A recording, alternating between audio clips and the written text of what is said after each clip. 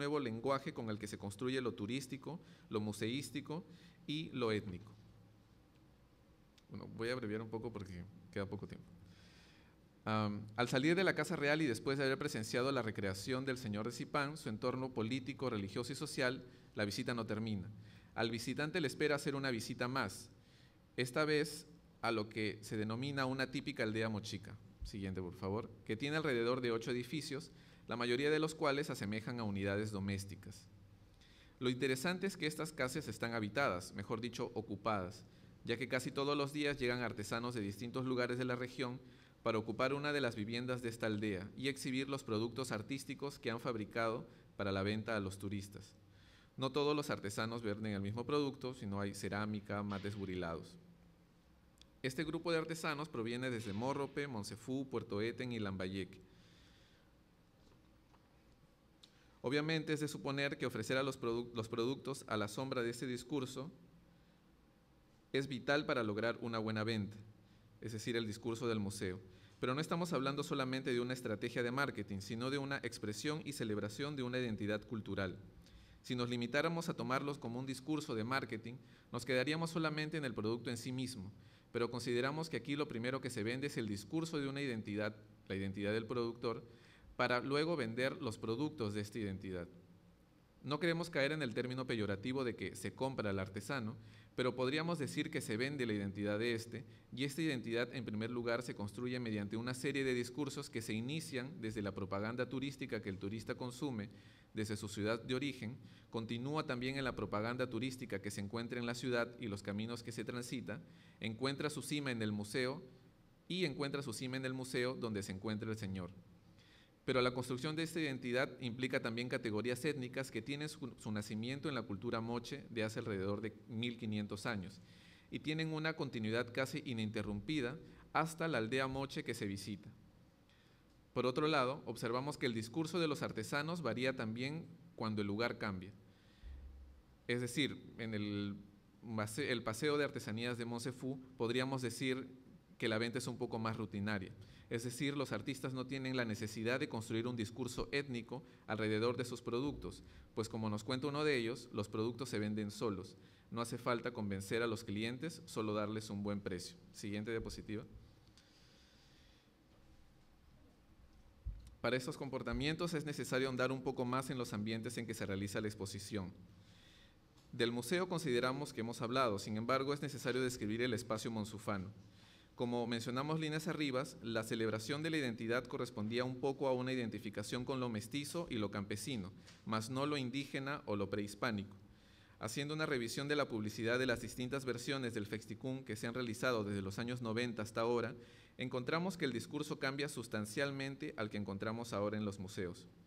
Sin embargo, esta realidad ha ido cambiando en los últimos años. Consideramos que el discurso de construcción de lo moche ha ido llegando a diversos espacios gubernamentales encargados de diseñar las políticas turísticas y culturales de las diversas ciudades de la región. Del mismo modo, dentro de las políticas de diseño y ejecución de la Ruta Moche, existe un marcado énfasis en destacar las tradiciones y costumbres de los lambayecanos de ahora como herederas directas de las que en algún momento tuvieron los antepasados. Cabe recordar que, como decimos en otro momento, cuando hablamos de lo moche, no solo nos estamos refiriendo a la misma cultura, sino a distintas culturas y poblaciones que se establecieron en esta región y dejaron un legado principalmente materializado en arquitectura, cerámica y orfebrería. Gracias.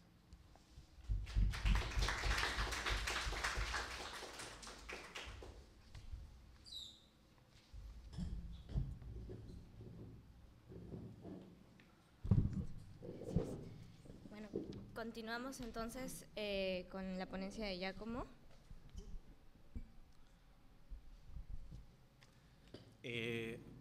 Buenas tardes, gracias por estar aquí. La presentación que yo les traigo, el trabajo que yo les traigo se basa en mi investigación de tesis entre los artesanos de Tucumán, investigación que me condujo a obtener el título de licenciado en antropología. La pregunta que quizás algunos de ustedes se pueden hacer es ¿y por qué Tucumán? ¿No? La respuesta es sencilla. El caso de Tucumán es un fenómeno, es una muestra de un fenómeno reciente en el país, de una nueva relación identitaria donde por un lado tenemos el patrimonio y donde por el otro tenemos la comunidad. Tucumé se encuentra en la provincia, en la región de Lambayeque, a 30 kilómetros de la ciudad de Chiclayo. Su población es alrededor de 20.000 habitantes y hace parte de lo que es conocido como la Ruta Moche.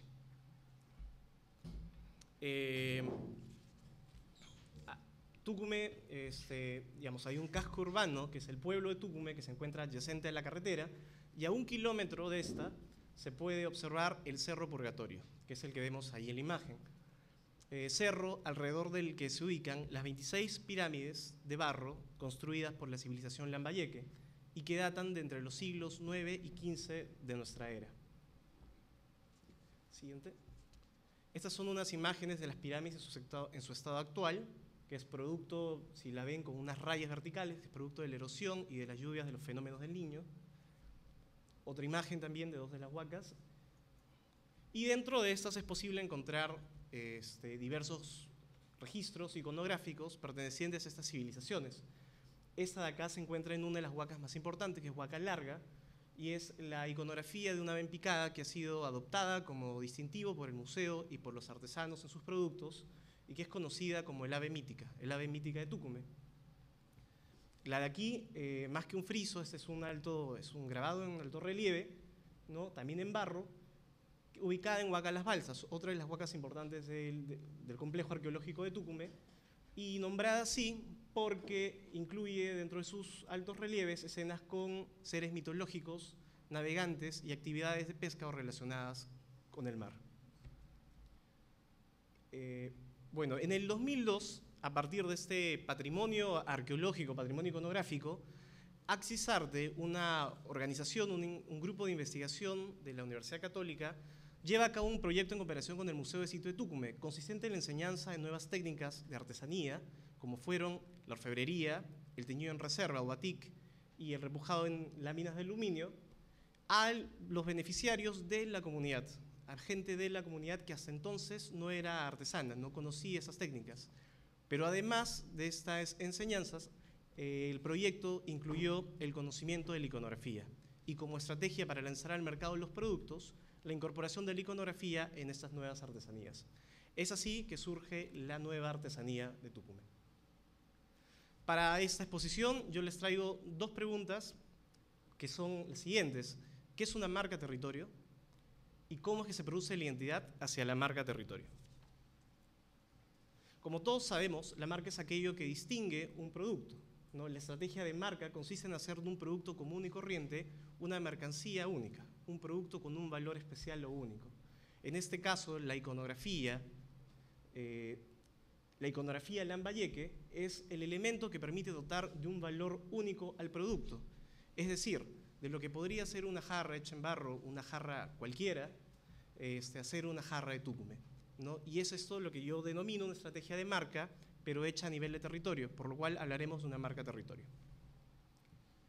Ante todo, como se ve, son productos de mercado, ¿no? Las artesanías el proyecto tuvo como objetivo, digamos, 2 componentes. Por un lado, articular a esos beneficiarios a la actividad turística, pero por otro, generar una vinculación, una nueva identidad, ¿no? Las artesanías son productos que están hechos para vender.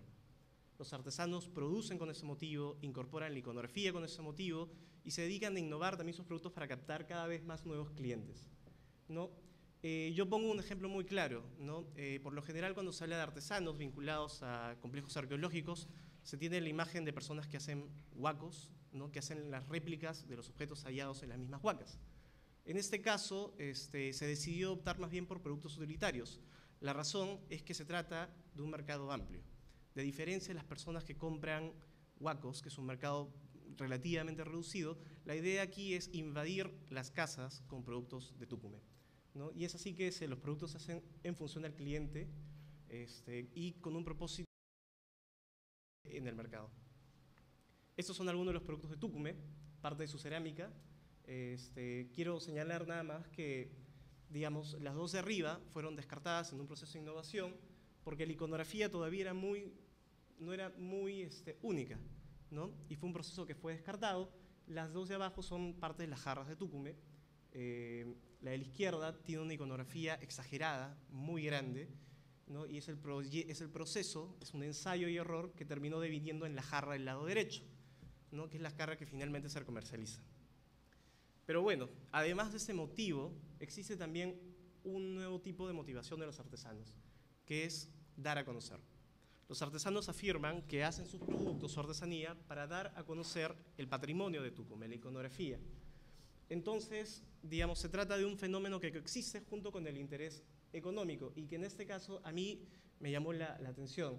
Cito el testimonio de Rosa Medina, que es una artesana de Tucumán, y dice: un artesano siente lo que hace porque lo hace para dar a conocer su cultura, su patrimonio. Yo no soy tucumana, Rosa Medina es nacida en el barrio del Rímac, aquí en Lima, pero yo me he puesto acá y he aprendido a quererlo, a valorarlo. Entonces yo creo que un artesano es la persona que este ícono, aparte de hacerlo, quiere que otras personas lo conozcan. ¿Qué significa? ¿De dónde ha salido? Ahora bien, este puede ser un tipo de respuesta preformulada, dada a los clientes que quieren escuchar esto, dada al público interesado en saber cuál es la relación del artesano con su identidad, y dada también, por supuesto, a un antropólogo, ¿no? Entonces, yo quise ver cuáles son los motivos de este dar a conocer, ¿no? Y en primer lugar, existe un fin utilitario, ¿no? La artesanía tucumana vale fundamentalmente por el contenido que incorpora. Los turistas en la tienda, los clientes que preguntan por sus objetos, cuestionan de dónde ha venido tal ícono, qué significa, cuál es la procedencia, y bueno, no es coincidencia también que las compras se realizan después de visitar el museo. O sea, después de constatar que tienes elementos propios y que yo adquiero un elemento propio también del lugar. Pero por otro lado, no solo existe este fin utilitario, sino que además hay que dar crédito a ese sentimiento. Haciendo la salvaguardia, hay que reconocer que hay una verdad en un sentimiento de los artesanos con Tucumán, en lo que ellos denominan la responsabilidad de dar a conocer su territorio. Esa es una idea que quiero dejar en claro. La marca territorio es un fenómeno a la vez de mercado y un fenómeno identitario. ¿Qué es lo que se da a conocer? ¿No? En el caso de la artesanía, se ha visto, como les he dicho, la iconografía, pero también hay otros elementos que no son del registro arqueológico, pero son considerados igualmente propios del lugar. Es el caso, por ejemplo, de este borrachito, ¿no? Que originalmente pertenece a, creo que lo trajeron de Arequipa, ¿no? Y lo vistieron con sombrero de paja, camisa blanca, pantalón negro, a la usanza de la gente de la campiña de Tucumán, y se volvió parte de su artesanía, ¿no? Lo cual nos demuestra que, digamos, no es el único registro arqueológico para fomentar un nuevo tipo de producto territorial. Más aún, y es la conclusión a la que llego, es que no hay nada que existe en el territorio, sea repertorio arqueológico, tradiciones, vestimenta, etcétera, que por sí mismo haga parte de la marca, ¿no? Para ello existe un criterio económico, ¿no? Como señala Gisela Canepa en su análisis de los repertorios usados en el spot documental Perú-Nebraska y en la marca País, se trata de la selección de elementos lúdicos, arqueológicos, pictóricos, culturales, que en este caso puedan desempeñarse como recursos económicos en el mercado, ¿no? Hay dos ejemplos aquí. Por un lado, la iconografía de la ave mítica, que tuvo, digamos, su difusión generó de que fuera replicada en lugares fuera de Tucumán, y por otro lado, la iconografía de Lambayeque. Buena parte de los elementos hallados en las huacas también se pueden encontrar en otras huacas, porque se trata de una misma cultura, ¿no? Pero aquí lo que quiero dejar en claro es que, digamos, es una selección posible entre otros elementos, ¿no? Y que el ave mítica se convirtió en emblema por la promoción del museo, por la promoción de su artesanía y sobre todo por ser, sí, un elemento único del lugar, ¿no? Pero que sin embargo puede ser cogido por otros lugares a fin de vender, ¿no? Ahora, esta difusión de elementos propios generó que, por ejemplo, Julián, otro artesano, dijera: a mí ahora no me interesa como que tomar mucho la iconografía porque todo el mundo se ha subido al coche. Lo que me interesa hacer son otras cosas más sutiles, porque ya todo el mundo ha comenzado a hacer batik, que es la técnica de teñido reserva, y todo el mundo ha empezado a teñir el pajarito, que se refiere a la ave mítica. Todo el mundo hace todo del montón y yo no quiero que lo que yo hago, o sea, la artesanía de Tucumán, sea del montón. Por eso es que nosotros, digamos, en investigación no hablamos tanto de identidad, ¿no? Esos productos no son productos con identidad cultural, ¿no? Sino son productos con elementos culturales, ¿no? Utilizados con un fin de generar una unicidad, o lo que llamamos una unicidad territorial, ¿no?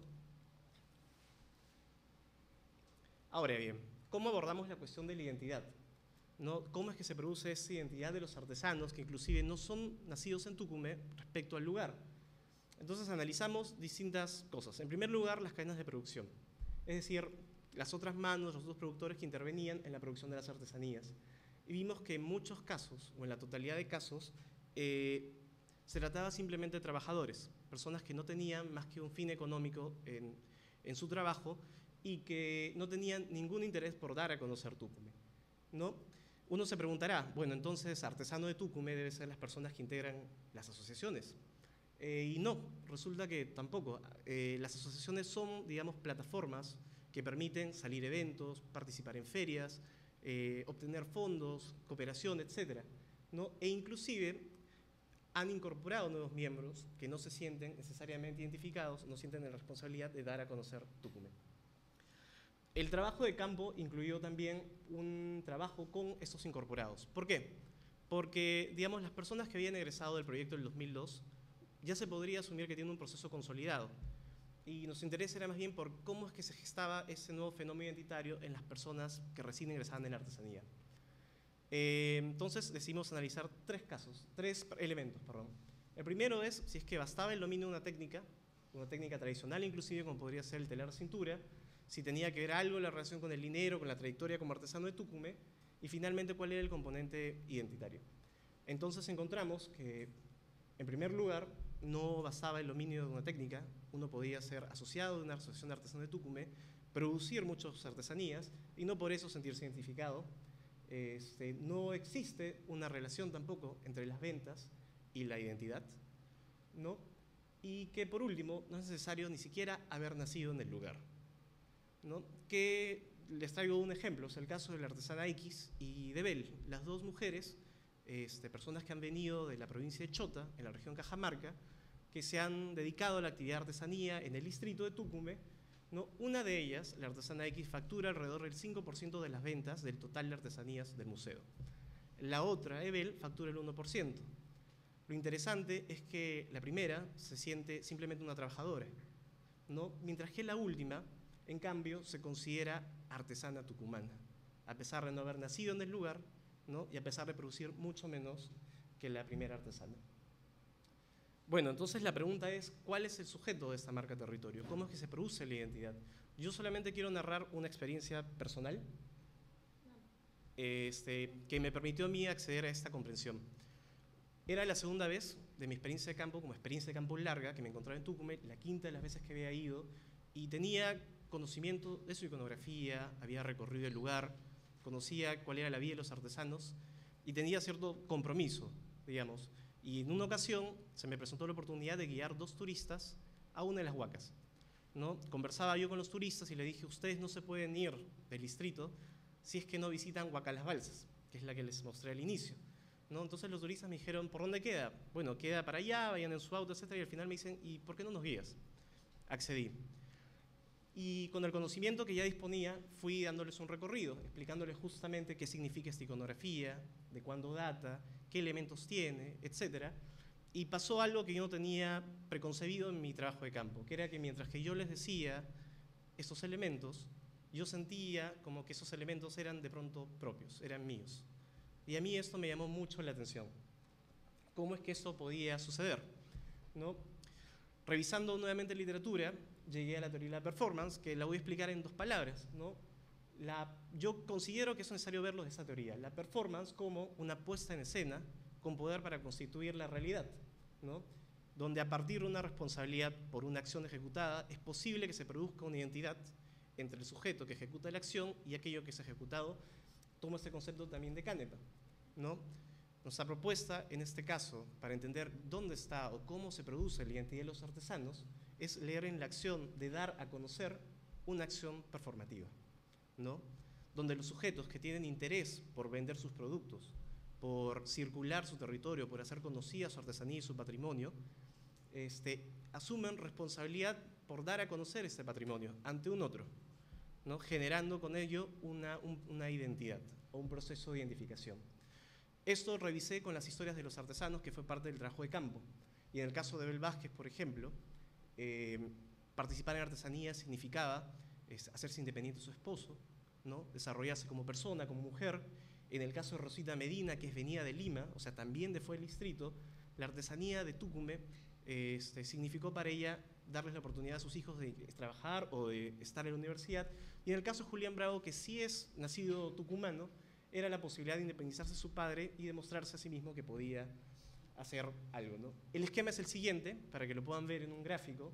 La acción de dar a conocer, que tiene un objeto económico, ¿no? Es una acción hecha ante un otro con un objetivo de vender, ¿no? Pero en la medida que existe una responsabilidad que se asume por un motivo detrás, un motivo personal, es posible que se produzca una incorporación. Sin ir más lejos, este es el caso, digamos, de los embajadores. Este es el caso de las personas que, digamos, nos ha pasado de repente o conocemos a alguien que se siente orgulloso de la marca Perú, ¿no? Digamos, lo que yo planteo es que es necesario dar una lectura performativa a este tipo de identidad, ¿no?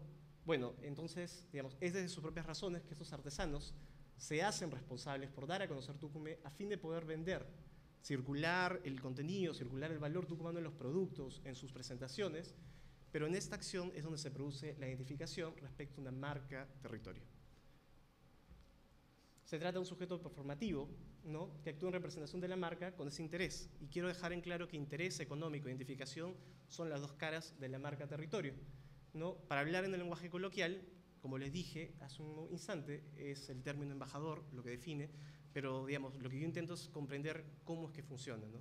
En la anterior exposición hablamos de cómo es que se generaba tanta potencia, cómo es que, digamos, excede a un estrato, a un grupo de gente, ese tipo de nacionalismo, ¿no? Lo que acá se trata, por ejemplo, en el caso de la marca Perú, como en la marca Tucumé, es que en la posibilidad de difundir los recursos peruanos, los sujetos, los ciudadanos, las personas, ven la posibilidad de realizar ellos mismos sus propias épicas, sus propias historias, sus propios proyectos, razón por la cual, una razón suficiente, uno decide hacerse responsable de esta acción que termina siendo una acción performativa, por la cual se genera este tipo de identidad.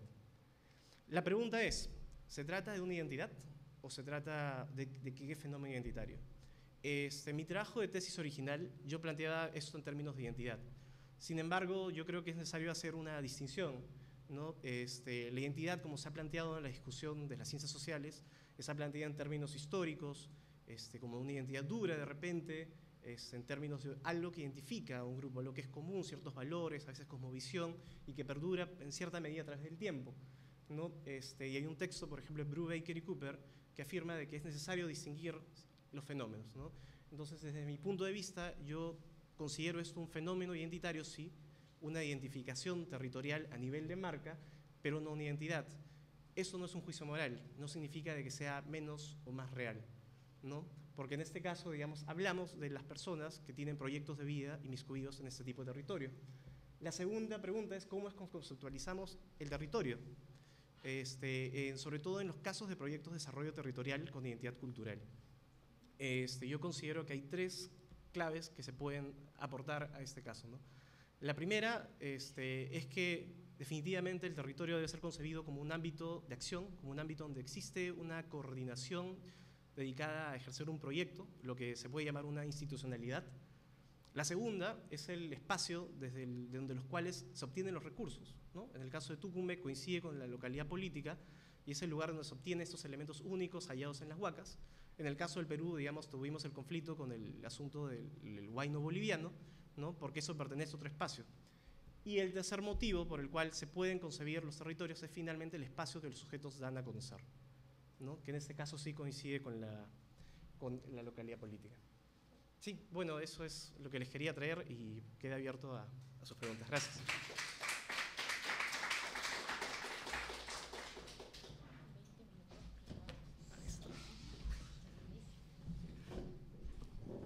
Bueno, continuamos con los comentarios de Raúl Hernández.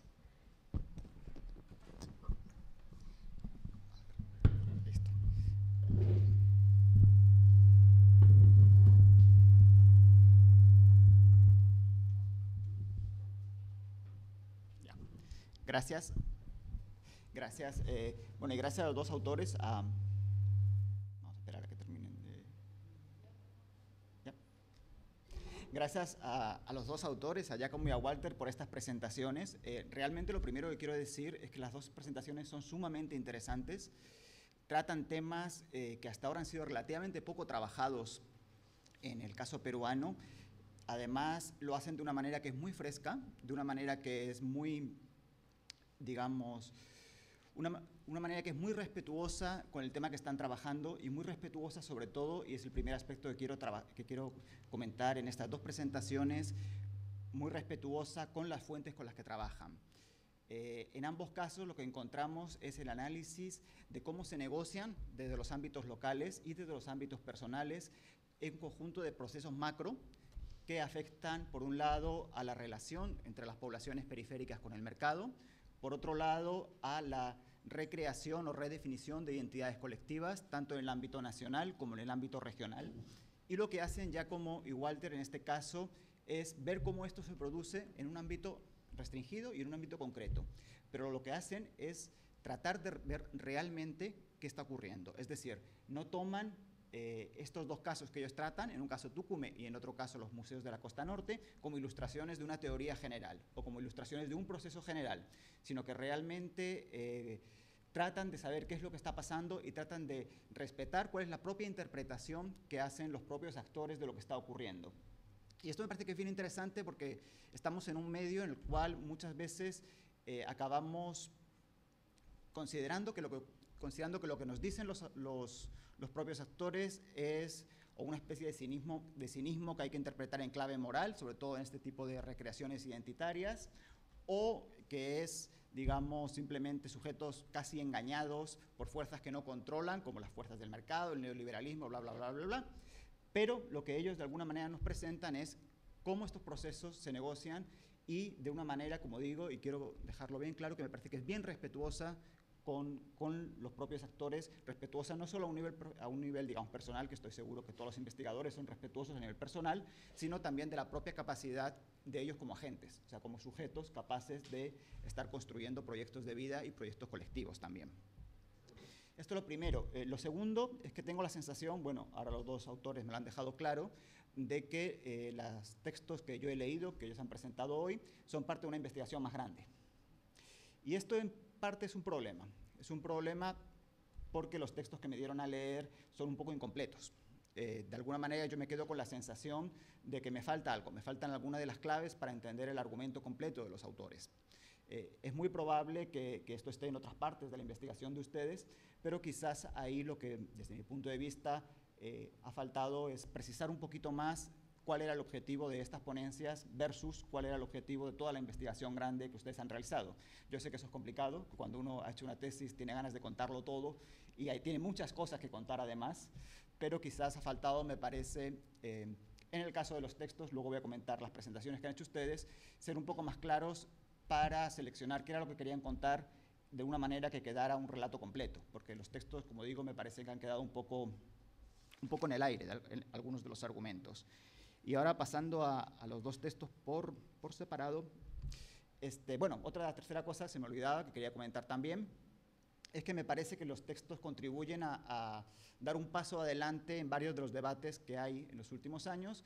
Por un lado, contribuyen a dar un salto en el debate respecto a qué son identidades auténticas versus identidades recreadas. En el caso de los dos trabajos, lo que vemos son identidades que están generadas en un contexto de interacción con otros actores, identidades que tienen un fuerte componente performativo e identidades que adquieren sentido en un contexto de relaciones de mercado. Esto me parece que es una forma de avanzar en este debate y no quedarnos de alguna manera atascados en esta idea de cuáles son identidades recreadas o identidades auténticas. Es probable que estas tres características, interacción con otros actores, componente performativo y sentido a través de las relaciones de mercado, estén presentes en casi todas las identidades, pero lo que los autores hacen a partir de estos dos estudios de caso es mostrarnos cómo esto ocurre en casos concretos en localidades de la periferia del Perú. Y creo que la parte más interesante de ver juntos los dos trabajos es cómo en estas identidades tiene muy fuerte impacto el componente performativo de la identidad. Pasando ahora sí al trabajo voy a empezar con el de Giacomo. El trabajo de Giacomo me ha parecido muy interesante por varios motivos. Primero por el trabajo en sí y luego porque me ha permitido refrescar cuál es la situación de Tucumán después de un trabajo que nosotros hicimos hace 5 años ya.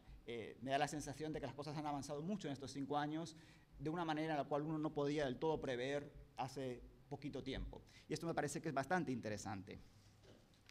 Hay varias cosas ahí que son muy interesantes. La primera es cómo se va construyendo esta nueva artesanía tucumana.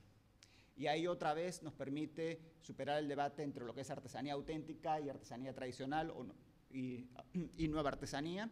Lo que Giacomo nos muestra, nos lo ha presentado un poco en su presentación, pero está más desarrollado en el texto, es como esta artesanía tucumana es al mismo tiempo una artesanía tradicional, en el sentido de que recupera tecnologías y recupera referentes colectivos, pero también es una artesanía que tiene mucho y que debe mucho a la relación entre los artesanos tucumanos y un conjunto de actores externos. Por un lado los arqueólogos y por otro lado los especialistas de la Universidad Católica, que desde mediados de la década pasada trabajan con los artesanos tucumanos y que son realmente el primer momento en el cual comienza a hablarse de una artesanía tucumana propiamente. Otro punto que me parece sumamente interesante es el análisis de la construcción de la categoría de artesano tucumano. Como tú has mostrado, ahí es una categoría que es más que la suma de sus dos componentes. Es decir, para ser artesano tucumano no basta ser artesano y no basta ser tucumano.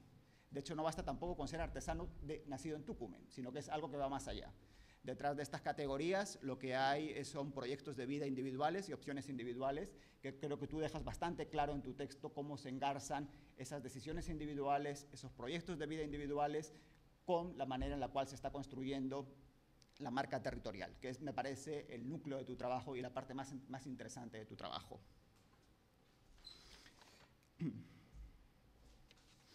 Y ahí creo que recupero lo que decía al principio, que es esta honradez, el momento de acercarse a las fuentes. Ustedes lo que están mostrando, en este caso ya como lo que están mostrando, es la manera en la cual los sujetos se apropian de las marcas territoriales. Cómo estas marcas territoriales pasan a ser parte de su repertorio de potenciales recursos para desarrollar sus estrategias de vida. Y esto me parece que es algo relativamente novedoso en un medio, sobre todo en un medio académico, en el cual predominan todavía unas miradas muy negativas hacia las ideas de marcas territoriales. Creo que lo que estamos viendo acá es un proceso de agencia de los propios actores, en las cuales estos actores, desde su potencialidad local, más o menos restringida según los casos, se apropian de este nuevo marco que viene con la introducción de la marca territorial.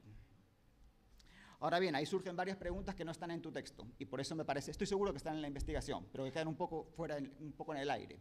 El primero es ¿cuál es la historia que hay detrás de esto? Tú sabes probablemente que esta idea de la marca territorial Tucumán es como la última etapa, o la etapa más reciente de un proceso de activación patrimonial que es muy largo. Un proceso de activación patrimonial que comienza en los años 80 y que comienza a partir de unas lógicas que son muy diferentes de la idea de marca territorio. Cuando se crea a mediados de los años 80 el Museo de Tucumán, las primeras, digamos, esbozos de lo que luego sería el Museo de Tucumán, la trama conceptual en la cual se inserta la acción de los arqueólogos es la de los museos comunitarios, que era lo que en ese momento estaba, digamos, de alguna manera de moda dentro de la rama de la arqueología crítica, que es en la que se adscriben los arqueólogos que trabajan en Tucumán en este primer momento. Entonces creo que hay todo un tránsito que es muy interesante y que habría sido bien bonito analizarlo con más profundidad, quizás es probable que esté en tu tesis, entre esas ideas originales de un museo comunal enfocado sobre todo a el empoderamiento de la población local versus una idea de marca territorio enfocada sobre todo, aunque tú nos has mostrado que no únicamente, en generación de ingresos.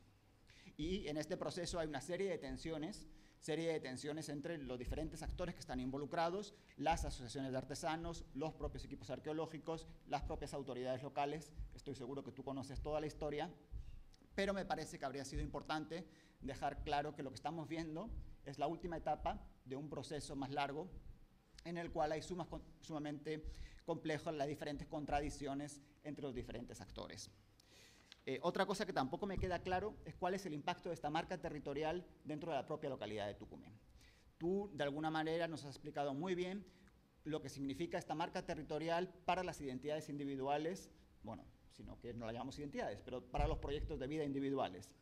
pero no me queda claro qué significa para las identidades colectivas.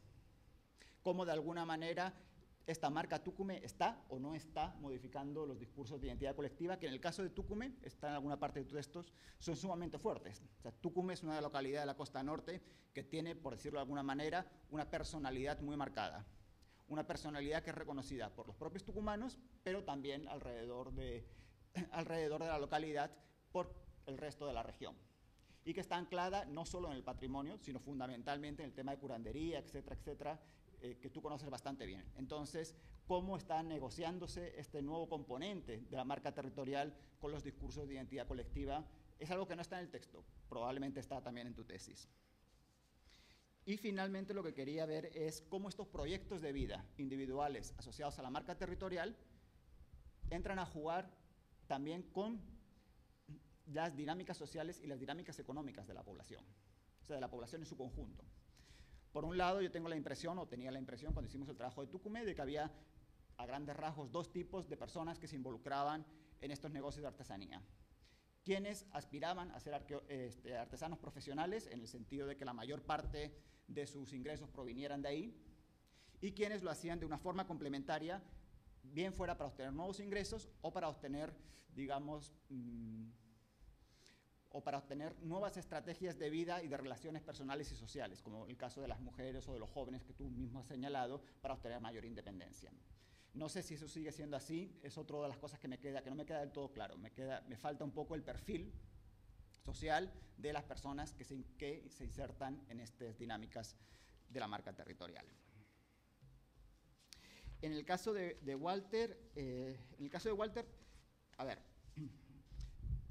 yo creo ahí que tu texto, el que yo tuve ocasión de leer, creo que es más interesante que la presentación que nos has hecho. Me parece que en la presentación has dejado fuera algunas de las partes que me parecen más novedosas y algunas de las partes que me parecen más brillantes de tu trabajo. Lo que hace de alguna manera el texto de Walter es plantearnos una reflexión sobre el papel que tienen los museos en la generación de nuevas identidades colectivas. Y en este caso, sobre todo de la identidad colectiva moche. Él se centra sobre todo en el Museo Tumbas Reales de Zipán, que está en Lambayeque, y cuya historia más o menos todos ustedes conocen desde el descubrimiento de Zipán en 1987, hasta la construcción del museo en 2002 y posteriormente. Y lo que él hace es, de alguna manera, tratar de ver cómo este discurso de identidad colectiva moche a través de los museos se construye en tres ámbitos. Por un lado, en el guión museográfico, en la museografía. Por otro lado, en las performances que se realizan en los museos o a través de los museos. Y por otro lado, también en las relaciones de mercado que se generan en la aldea mochica situada dentro del museo. La parte que me parece más interesante es esta última, es el análisis que él realiza de la forma en la que dialoga este proyecto de identidad colectiva mochica, o moche, impulsada por los museos, versus identidades también en el mercado preexistentes. Y él se centra de alguna manera en el análisis de tres localidades, que son Monsefú, Tucumé y Morropes, la otra, ¿no es cierto? Y lo que nos muestra es cómo este proyecto de un discurso colectivo de lo moche tiene resultados diferentes cuando entra en relación con estas tres identidades locales preexistentes. En el caso de Monsefú, lo que encontraríamos es una fuerte resistencia por parte de los propios artesanos de Monsefú a adoptar la idea de lo moche, y esta resistencia vendría de alguna manera dada por la propia historia pasada, por la propia historia de la localidad de Monsefú, que me parece que es otro de los hallazgos que tiene importantes el texto de Walter, que es recuperar esta prehistoria que hay detrás de estos proyectos. Ahí lo que él nos muestra es cómo desde los años 70 existe una marca también territorial local asociada a la idea de artesanías de Monsefú, que de alguna manera se proyecta también en este espacio, el Festitum se llamaba, Festicum, en esta feria de artesanías de Monsefú, que existe desde primero en los años 70 y luego nuevamente recreada en los años 90. Entonces, ahí la idea es, existe ya una marca territorial muy consolidada y reconocida en el mercado, que es Artesanías de Monsefú, con lo cual la identidad supralocal, regional, artesanías moche, tiene poco sentido para estos artesanos, porque ya previamente existía esta otra identidad local que era exitosa en el mercado. Por el contrario, en el caso de Morrope, donde no existía este posicionamiento de los artesanos en el mercado, son quienes de una manera más entusiasta acogen esta idea del Omoche. Y lo acogen tanto como proyecto personal enfocado en el mercado, como también como proyecto colectivo y casi político, como se muestra en algunas partes de tu texto, al incluirse casi ceremonias moche o una reelaboración del Omoche dentro de la política local morropana. Entonces me parece sumamente interesante ver cómo una misma propuesta, como tú bien dices, muy respaldada por un saber científico oficial y legitimado, y con una potencia muy fuerte porque tiene detrás centros de cooperación internacional, centros estatales, etcétera, de construcción de un discurso supralocal de lo moche asociado a las artesanías, tiene respuestas diferentes según las localidades, y cómo estas respuestas diferentes están en buena medida dadas por la historia anterior de estas localidades y sobre todo por su historia anterior de relación con el mercado. Esa es la parte que me parece más interesante del texto y justo la que no viste en tu presentación hoy, porque no hubo tiempo. Lo otro que quería decir es, yo estoy de acuerdo contigo en el papel central que tienen los museos en proyectar este discurso del Omoche, esta identidad colectiva del Omoche. Ahora bien, creo que has elegido justo el caso, que es el Museo de Zipán, en el cual no es tan claro. Porque el Museo de Zipán es como una especie de bisagra entre dos épocas. Es un museo que se construye en finales de los 90, principios de 2000, y que tiene muchos elementos de esta nueva generación de museos que tú mismo señalaste, muy volcados hacia el tema identitario. Pero al mismo tiempo es también un museo que es el resultado de un conjunto, digamos, de batallas de los años 90. Y en este sentido, junto a esa narrativa del Omoche que tú nos has presentado en las diapositivas, yo creo que hay una narrativa más fuerte en ese museo, que es la narrativa del arqueólogo. Tú sabes cómo fue el descubrimiento de Zipán, cómo hay muy fuerte enfrentamiento entre los arqueólogos y los huaqueros, y cómo Walter Alba en los años 90 se convierte en el gran cruzado contra la huaquería. Walter Alba es de alguna manera el último representante de lo que yo en otro momento he llamado el pacto patrimonial entre arqueólogos y Estado. Es decir, la idea de que el patrimonio material prehispánico solo puede ser manipulado legítimamente por los arqueólogos en el contexto de una alianza con el Estado que transfiere la categoría de patrimonio nacional a estos objetos prehispánicos. Walter Alba, de alguna manera, es el último ideólogo de este pacto patrimonial que se inicia con Tello y que se plasma en los años 90 en esta muy fuerte cruzada. Si puedes revisar los periódicos de la época, son constantes los artículos de Walter Alba frente a la huaquería. Y de alguna manera todo esto lo recoge la museografía del Museo de Zipán. El Museo de Zipán lo que es una celebración del papel del arqueólogo. Una celebración del papel del arqueólogo como guardián de la esencia de la nación, como guardián del patrimonio. Está constantemente la figura del arqueólogo, creo que en casi todas las salas, y la última sala, la última, no es la de la Casa Real, sino que hay otra un poquito más abajo, que es la de la recuperación de los objetos. Es la última, o sea, lo último que ve el visitante es esta reflexión sobre el importante papel de los arqueólogos en la recuperación del patrimonio. Y con dos fotografías que son muy impactantes, no sé si seguirán estando todavía allí, en las cuales lo que se ve es una fotografía de Huaca Rajada de los años 40, en el momento en el cual todavía no estaba el poblado como tal, porque Huaca Rajada es un poblado que es creado por inmigrantes cajamarquinos en el contexto de crecimiento de la industria azucarera. Entonces está esta fotografía de los años 40, enorme de grande, en la cual se ven las huacas y no hay casas alrededor, y de Huaca Rajada de los años 80. Lo que te transmiten estas dos fotografías es la idea de estos señores de Huaca Rajada no son los descendientes de nadie, lo que son unos ladrones de tumbas y unos advenedizos de alguna manera. Entonces creo que tú olvidas de alguna manera en tu análisis este otro subtexto que hay detrás del Museo de Zipán, que desde quienes se concibieron me parece que es casi más fuerte que el subtexto de la identidad mochica.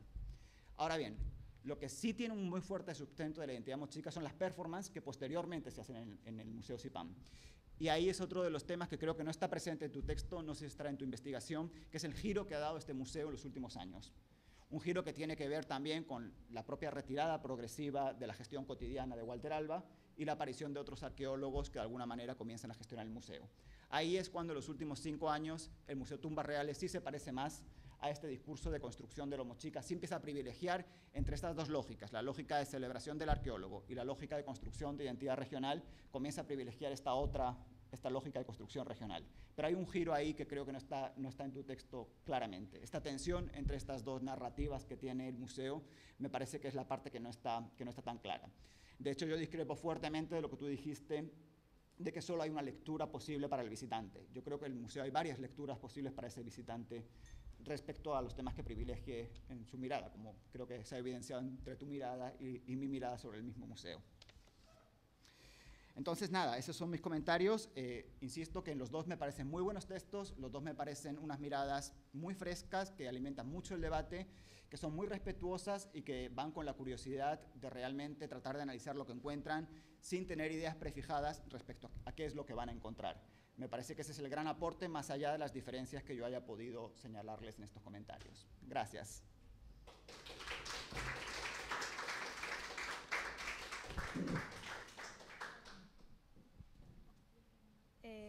Bueno, muchas gracias, Raúl. Tenemos 10 minutos para preguntas del público. Por ahí. Leo, por allá.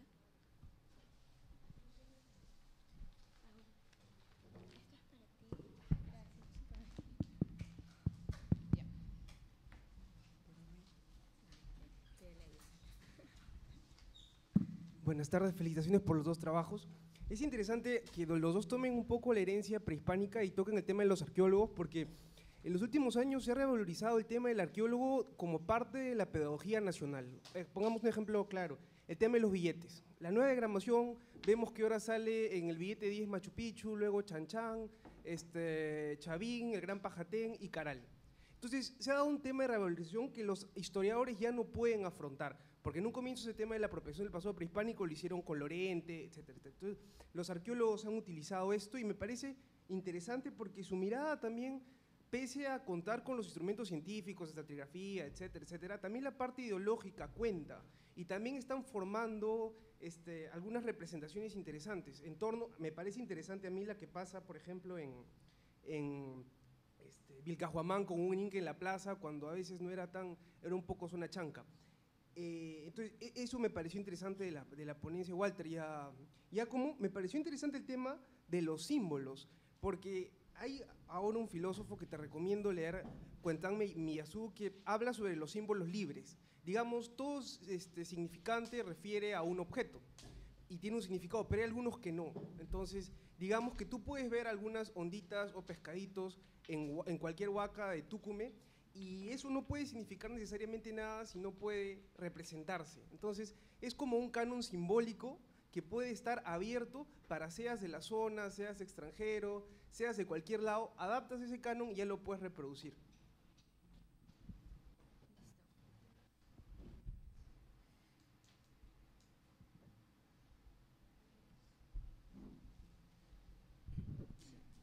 ¿Alguien más desea hacer alguna otra pregunta? Porque Walter quisiera entonces…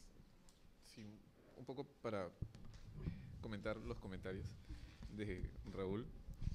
En primer lugar, agradecerlo los comentarios. Creo que ha exhibido mi trabajo mejor de lo que hubiera podido hacerlo.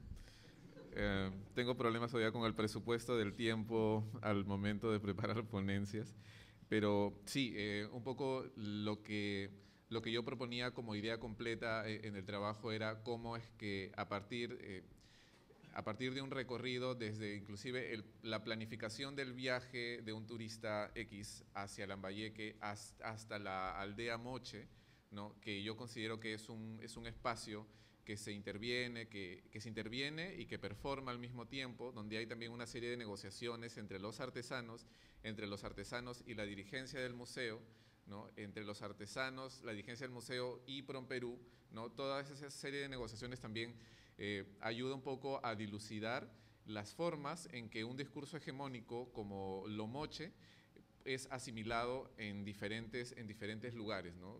Había un ejemplo, por ejemplo, de una normativa que dio la dirigencia del museo acerca de que todos los artesanos que vendían en la aldea debían ponerse un traje moche, ¿no? Digamos, era una especie de traje con una simbología, ¿no? Eso originó problemas entre los artesanos, puesto que uno consideraban que la decisión era inconsulta, otro que no les gustaba porque les parecía feo el traje y cosas así, ¿no? Y ante eso reaccionaban de maneras diferentes, ¿no?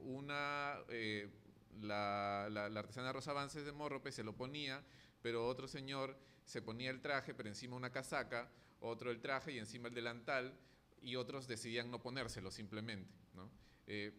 Eso, digamos, como ejemplo pequeño de algo que, digamos, es un síntoma de otras negociaciones importantes.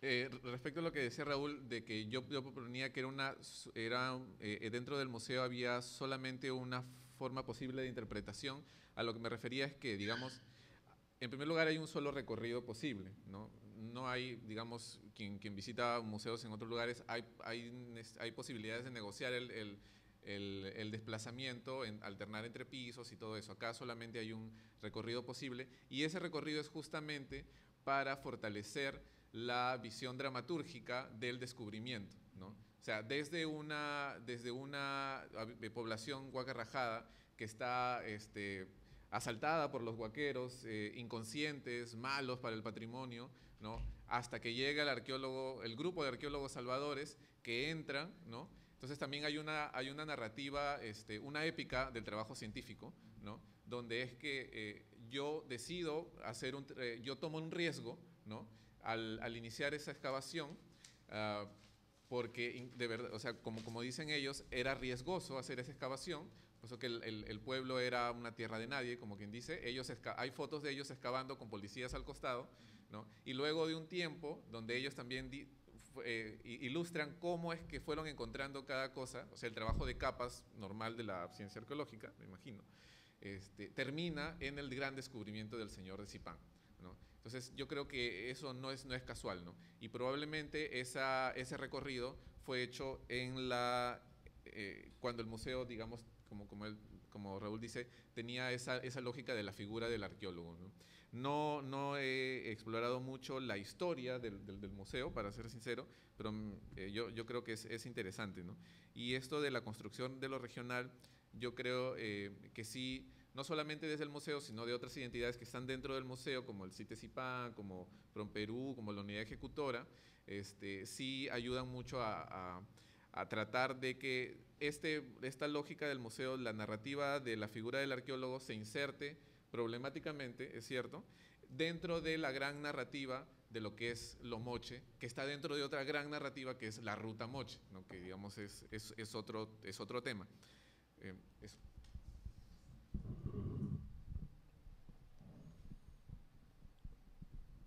Bueno, yo también agradezco las observaciones y las preguntas. Y bueno, comienzo por la primera observación. Sí, me faltó, digamos, discurrir cuál es la historia detrás de esa artesanía, que es en realidad el último punto de una... Entonces, yo omití decir, creo que dos cosas fundamentales. La primera es que se había artesanía antes en Tucumán, ¿no? O sea, pero era una artesanía distinta, eran cesteros, una persona en orfebrería, fue una técnica que se dejó de practicar, y que no tuvieron acogida en el mercado, pero no había propiamente una artesanía de Tucumán, ¿no? Que es una cosa distinta, ¿no? Y por otro lado, que era una sucesión de proyectos dirigidos a crear artesanos, ¿no? Que fueron en el año 98, en el año 2000, uno a través de PROMPERÚ, otro con la Unión Europea, etcétera, pero que no tuvieron éxito. Entonces yo creo que ahí hay que considerar, o sea, tomando la reflexión, que la diferencia entre, digamos, este último proyecto de marca está condicionado, creo que por tres cosas de repente. La primera, el tratar con temas de diseño, productos con acogida, o sea, una articulación del mercado que logró tener éxito, y eso en parte también por la propia, digamos, que cada vez fueron llegando más turistas a Tucumán, porque a mediados de los 90 las ventas eran muy bajas, la afluencia de turistas al sitio era muy poca. La segunda también con una plataforma institucional, ¿no? Que es que el museo permitía a los artesanos salir, ¿no? Y creo que eso es muy importante, en realidad esas dos. La segunda pregunta fue ¿cuál es el impacto de esta artesanía para la localidad? ¿Cuál es el impacto de la marca territorio? Claro, ahorita está, digamos, solamente circunscrita a las personas, o sea, yo creo que podemos distinguir dos lados, ¿no? Las personas que se benefician económicamente, que exceden a los artesanos, que son estas personas involucradas en las cadenas de producción, que inclusive pueden ser de fuera de Tucumán. Hay señoras que producen, digamos, correas de cuero en la campiña de Moche, otras que trabajan en Huaca Rajada, o inclusive en el distrito vecino de Íllimo, ¿no? Y que producen para la artesanía de Tucumán, ¿no? A pesar de no ser ni científicas tucumanas, digamos, son beneficiarios económicos, que además merita una discusión también en cuanto a cuánto perciben, ¿no? Y beneficiarios económicos e identitarios, yo creo que se circunscribe básicamente a los artesanos miembros de las asociaciones, ¿no? Pero sí creo que es un proyecto que está, digamos, yendo a crecer, ¿no? Y tomo, por ejemplo, el último ejemplo, hace unos días celebraron Missing y Cook en Tucumán, y Julián, que es uno de los promotores, un gestor cultural de los mismos artesanos, se dedicó a llenar el lugar de aves míticas, a proponer una narrativa distinta e interesante. Y por último, bueno, ¿cuál es el perfil de esta persona? Yo solamente, digamos, procuré hablar siempre de artesanos en mi trabajo de tesis y nunca de artesanas. Lo señalé en una cápita parte, sí, porque creía que era importante señalar que para proyectos de desarrollo o para claridad eran mujeres en su mayoría, 20 de las 23, pero, digamos, por lo general una imagen del artesano como mujer o como hombre anciano. Entonces también hay posibilidad de identificación, o en todo caso el sujeto de la marca territorio no necesariamente es mujer o anciano, sino que depende de un mecanismo performativo. Solo quería cerrar diciendo que, digamos, el asunto de esta marca territorio es que, o sea, el trabajo que ustedes hicieron creo que es hace 5 años, ¿no? Yo llegué a Tucumán en el 2010, entonces a mí lo que me demuestra esto es que por ese entonces ya existían embajadores, ¿no? Y que finalmente la marca, digamos, no había PROMPERÚ, no había publicistas, no había un órgano del Estado, o sea, había una promoción, no había logo, isotipo, etc. Entonces, la marca territorio finalmente es un fenómeno que excede el marketing, ¿no? Y es un fenómeno social en la medida en que lo que necesita son sujetos embajadores que la den a conocer, ¿no? Y eso es un hecho que tenemos que analizar en las ciencias sociales. Bueno, muchas gracias a los 3 participantes. Hacemos un receso de 5 minutos y luego pasamos a la última mesa del día sobre la cultura como recurso.